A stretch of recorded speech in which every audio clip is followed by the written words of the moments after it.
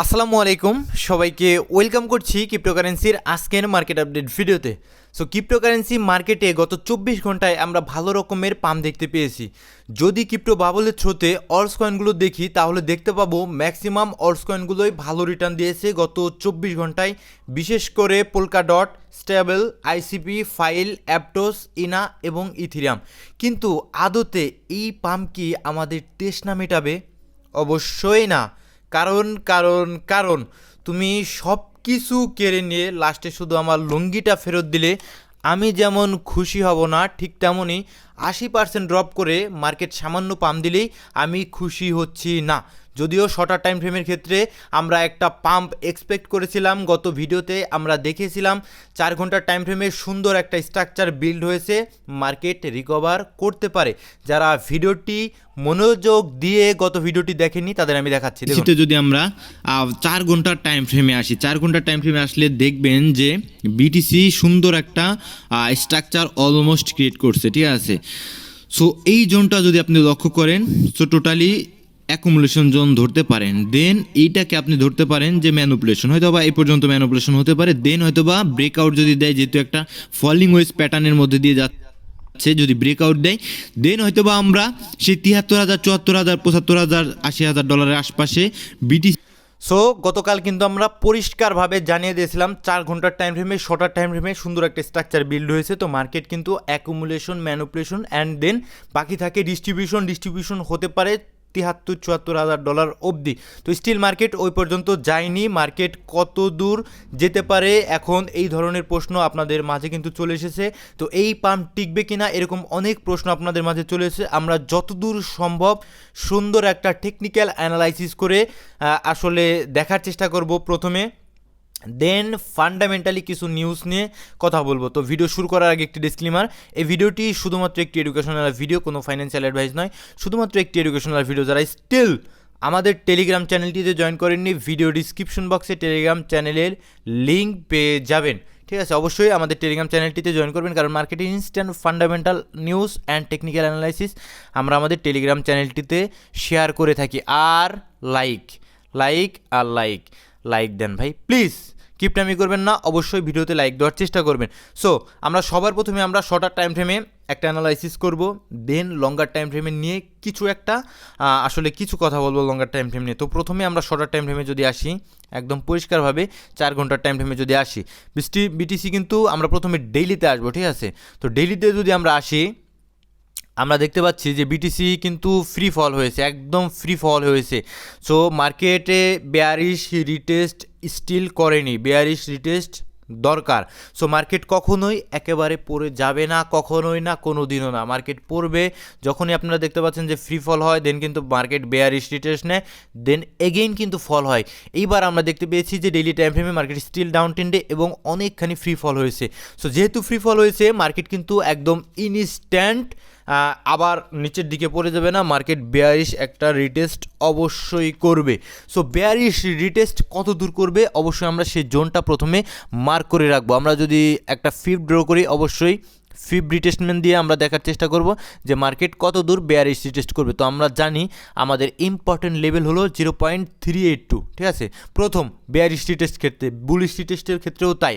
So minimum 0.382 যে লেভেলটা, এই পর্যন্ত আমাদের মিনিমাম আসা উচিত, যেটা রয়েছে আমাদের 74,000 ডলারের আশেপাশে।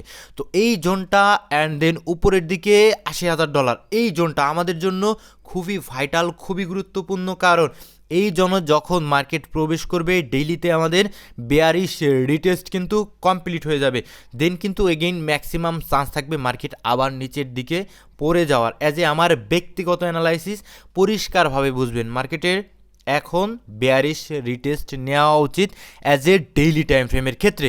আর ডেইলি টাইম ফ্রেমে আমরা যদি এক্সপোনেনশিয়াল মুভিং অ্যাভারেজ, যেটা আমাদের রেজিস্ট্যান্স হিসেবে থাকবে, সেটা সবার প্রথমে যে রেজিস্ট্যান্সটা ফেস করবে আমাদের ডেইলি টাইম ফ্রেমে, সেটা হলো গিয়ে 50 daily exponential moving average, right, যেটা আমাদের রয়েছে স্টিল 76,000-এর, আরও কিছুটা নিচের দিকে নামবে, যত সময় যাবে আরও কিছুটা নিচের দিকে নামার চেষ্টা করবে।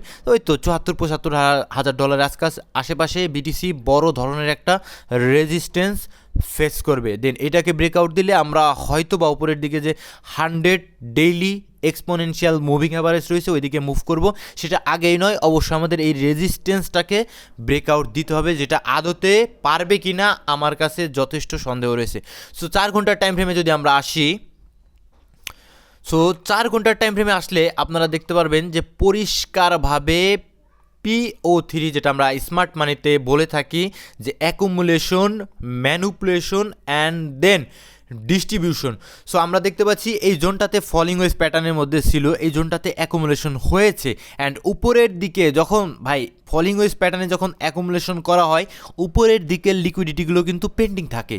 উপরের দিকে এই যে দেখুন এই লিকুইডিটিগুলো কিন্তু পেন্ডিং থাকে, বিকজ নিচের লিকুইডিটিগুলো কিন্তু আস্তে আস্তে যেহেতু ফলিং ওয়েজ আস্তে আস্তে নিচের দিকে পড়ছে, অর্থাৎ নিচের দিকের লিকুইডিটিগুলো কিন্তু আস্তে আস্তে ক্লিন থাকে, বাট বাকি থাকে আমাদের উপরের দিকের যে লিকুইডিটিগুলো রয়েছে ওইগুলো আমাদের বাকি থাকে। সো এটা ফলিং ওয়েজ প্যাটার্ন যেটা রয়েছে এইটা যদি ব্রেক আউট দেয় সেই ক্ষেত্রে কিন্তু আমাদের পরিষ্কারভাবে ওই 74, 75 অ্যান্ড 76, 77 হাজার ডলারের আশপাশে যাওয়ার সমূহ সম্ভাবনা রয়েছে।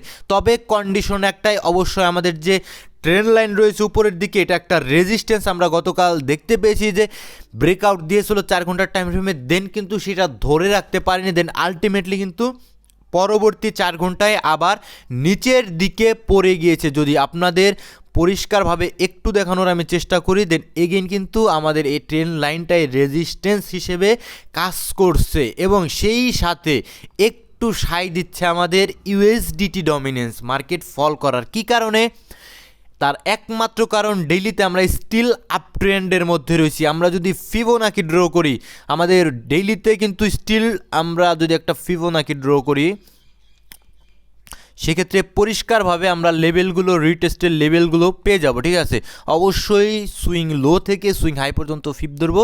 আমাদের প্রথম ইম্পর্টেন্ট লেভেল একটু আগেই কিন্তু আমি বলেছি আপনাদের, আমাদের প্রথম ইম্পর্টেন্ট লেভেল হোক বুলিশ হোক বেয়ারিশ রিটেস্ট হিসেবে আমাদের প্রথম ইম্পর্টেন্ট লেভেলটাই থাকবে 0.382। ডেইলিতে স্টিল আপনি দেখতে পাচ্ছেন 0.382তে কিন্তু ট্যাপ করে আবার কিন্তু আমাদের ইউএসডিটি ডমিনেন্স উপরের দিকে যাওয়ার চেষ্টা করছে। দ্যাটস ওয়াই এই একটা মাত্র কারণে এত চার্ট অ্যানালাইসিস করবে না, জাস্ট একটা মাত্র কারণে, এইটা যদি আপনি বুঝতে পারবেন সবই বুঝতে পারবেন। এই একটা মাত্র কারণে বিটিসিকে আমরা কিছুটা ফল দেখতে পাচ্ছি।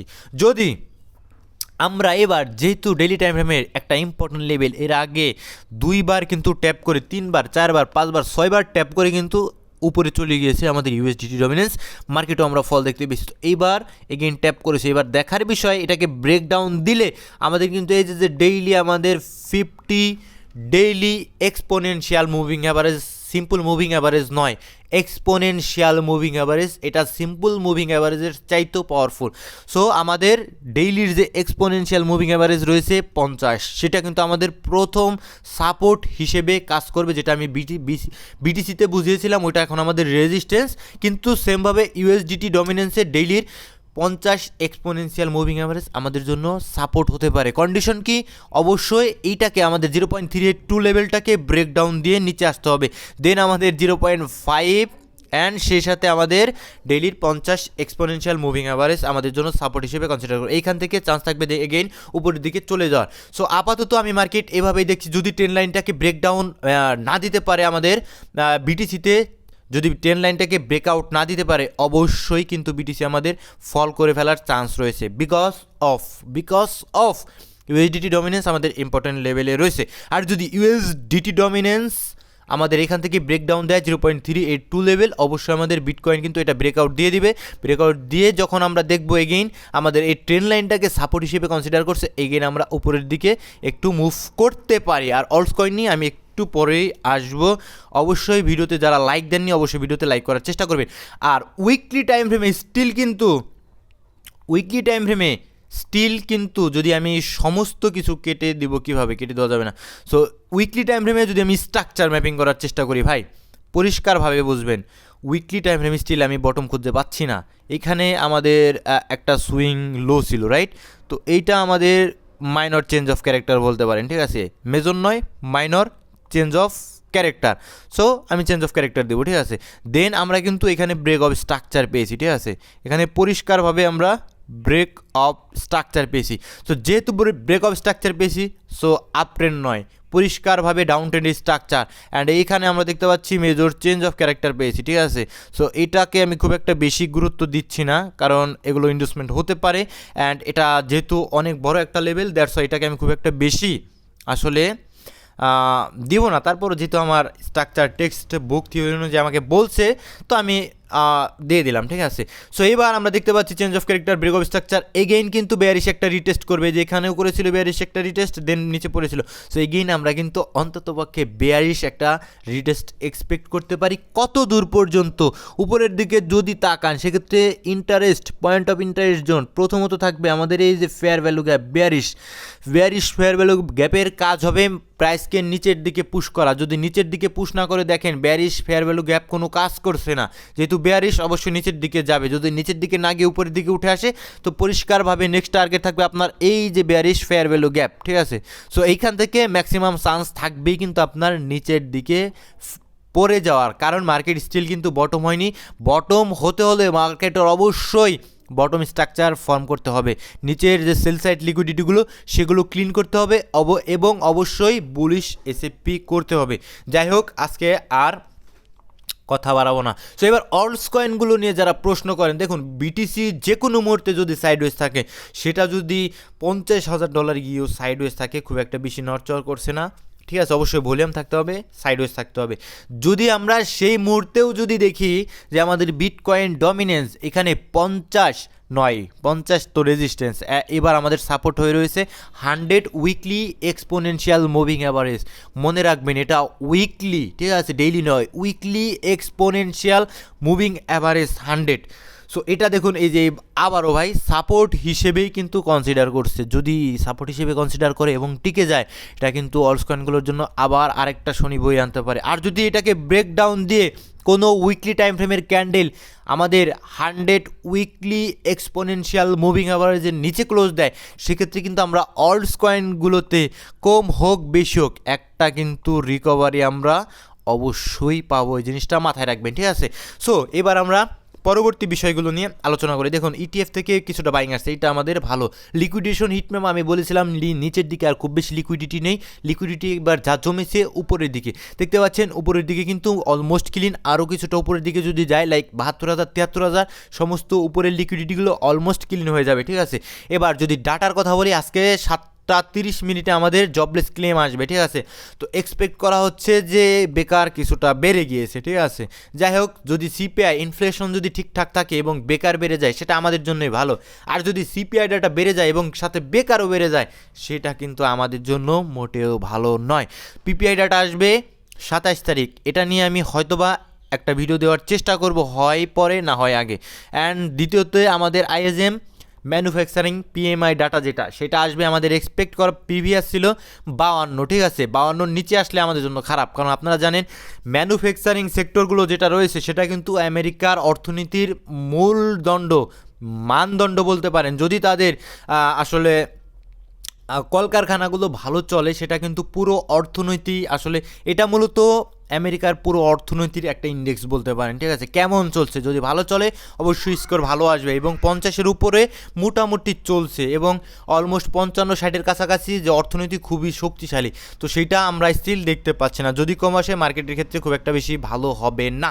এবার আমরা ক্লিয়ারিটি অ্যাক্ট নিয়ে যদি কিছুটা বলার চেষ্টা করি, যদিও ভিডিও অনেক লং হয়ে যাচ্ছে, জাস্ট আমি শর্টে বলবো, ঠিক আছে। আমরা দেখতে পাচ্ছি ক্রিপ্টো ক্লিয়ারিটি অ্যাক্ট কি, ঠিক আছে। সো একটা নিউজ উঠে আসে, নিউজটা আমি পরে বিস্তারিত বলবো, আপাতত বলছি ক্রিপ্টো ক্লিয়ারিটি অ্যাক্ট কি। What is crypto clarity act?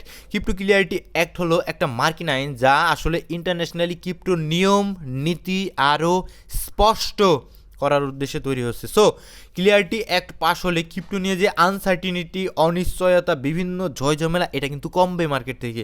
So অবশ্যই এই আইনটা পাস হতে হবে। ফলে যদি আইনটা পাস হয়, ক্রিপ্টো ক্লিয়ারিটি অ্যাক্ট আইন, তাহলে ইনস্টিটিউশনাল ডিমান্ড সেটা কিন্তু বেড়ে যাবে। ইউএসের যত বড় বড় ব্যাংক রয়েছে, যদি ওখানে ক্রিপ্টো ক্লিয়ারিটি অ্যাক্টটা পাস হয়, সেক্ষেত্রে তারা কিন্তু ক্রিপ্টোতে ইন্টারেস্ট ফিল করবে এবং ক্রিপ্টোতে আসলে তারা আসলে ঢোকার চেষ্টা করবে। যাই হোক, ইনস্টিটিউশনাল ডিমান্ড বাড়বে এক কথায়। আর বর্তমান স্ট্যাটাস কী রয়েছে? হাউস অফ রিপ্রেজেন্টেটিভ অর যেটা নিম্নকক্ষ রয়েছে সেখানে 2025 সালে কিন্তু পাশ হয়েছে। এবার সিনেট যেটা উচ্চকক্ষ যেখানে আলোচনা চলছে এবং আলোচনা কিন্তু স্টিল চলমান। বেশ কিছু বিষয় নিয়ে তারা কিন্তু একমত হচ্ছে না, লাইক স্টেবল কয়েনের ইল্ড এবং আরও কিছু বিষয় নিয়ে তারা একমত হচ্ছে না, লাইক সরকার কতটুকু নজরদারি করবে, এই সমস্ত বিষয় দিয়ে তারা একমত হচ্ছে না। তবে আশা করা যায় 2026 সালে পাস হয়ে যাবে, যেটা আমাদের ক্রিপ্টোর জন্য ভালো হবে। সো এই নিউজটাতে অ্যাকচুয়ালি কী বলা হয়েছে, এই নিউজটাতে একদম ক্লিয়ারভাবে বলা হচ্ছে যে সমঝোতা আপাতত আটকে রয়েছে দুটা প্রবলেমের কারণে। স্টেবল কয়েনের যে ইল্ড, এইটা কি ভাই, আপনারা যে বাইন্যান্স অথবা বিভিন্ন এক্সচেঞ্জ স্টেবল কয়েনগুলো লক করেন, আর্ন সেক্টরে লক করেন, যে আপনাদের একটা ইল্ড হিসেবে যে আপনাদের একটা রিটার্ন দেয়, ওইটাই আমাদের স্টেবল কয়েন ইল্ড। ওইটা নিয়ে ঝামেলা করার চেষ্টা করছে আমেরিকার ব্যাঙ্কগুলো, কারণ এটা যদি আসলে থাকে সেক্ষেত্রে আসলে মানুষ ব্যাংকে তো একটু কম আসলে রাখার চেষ্টা করবে, ঠিক আছে। তো দ্যাটস ওয়াই এটা নিয়ে সামান্য কিছুটা ঝামেলা তারা করার চেষ্টা করছে, ঠিক আছে। এবং সরকার কতটুকু এখানে এই জিনিসটাই বলা হচ্ছে, অথচ গভর্নমেন্ট চাইছে 1 মার্চের মধ্যে আসলে ডিল ফাইনাল করে নেওয়া, যাতে করে সিনেটে কিন্তু ভোট নেওয়া যায়, ঠিক আছে। অথচ আমরা গতকাল রাতে একদম ইনস্ট্যান্ট দুম করে দেখি ক্রিপ্টো ক্লিয়ারিটি অ্যাক্ট যে সাইন করবে 2026 সালে, এইটা কিন্তু দুম করে বেড়ে যায় একদম পরিষ্কারভাবে পলি মার্কেট ক্যাপে।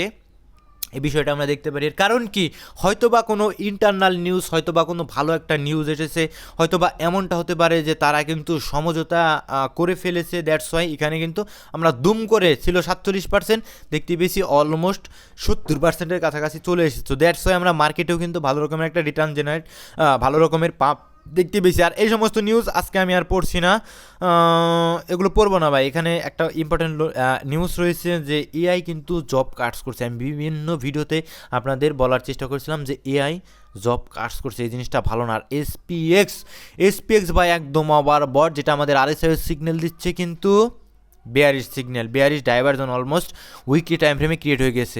সো ম্যাক্সিমাম বড় বড় ইনভেস্টর যারা এই স্টক মার্কেটও আসলে ট্রেড করে, তারা কিন্তু ইনভেস্ট করে, তারা কিন্তু ভাই আসলে টাকা হাতে রেখে বসে রয়েছে, ঠিক আছে।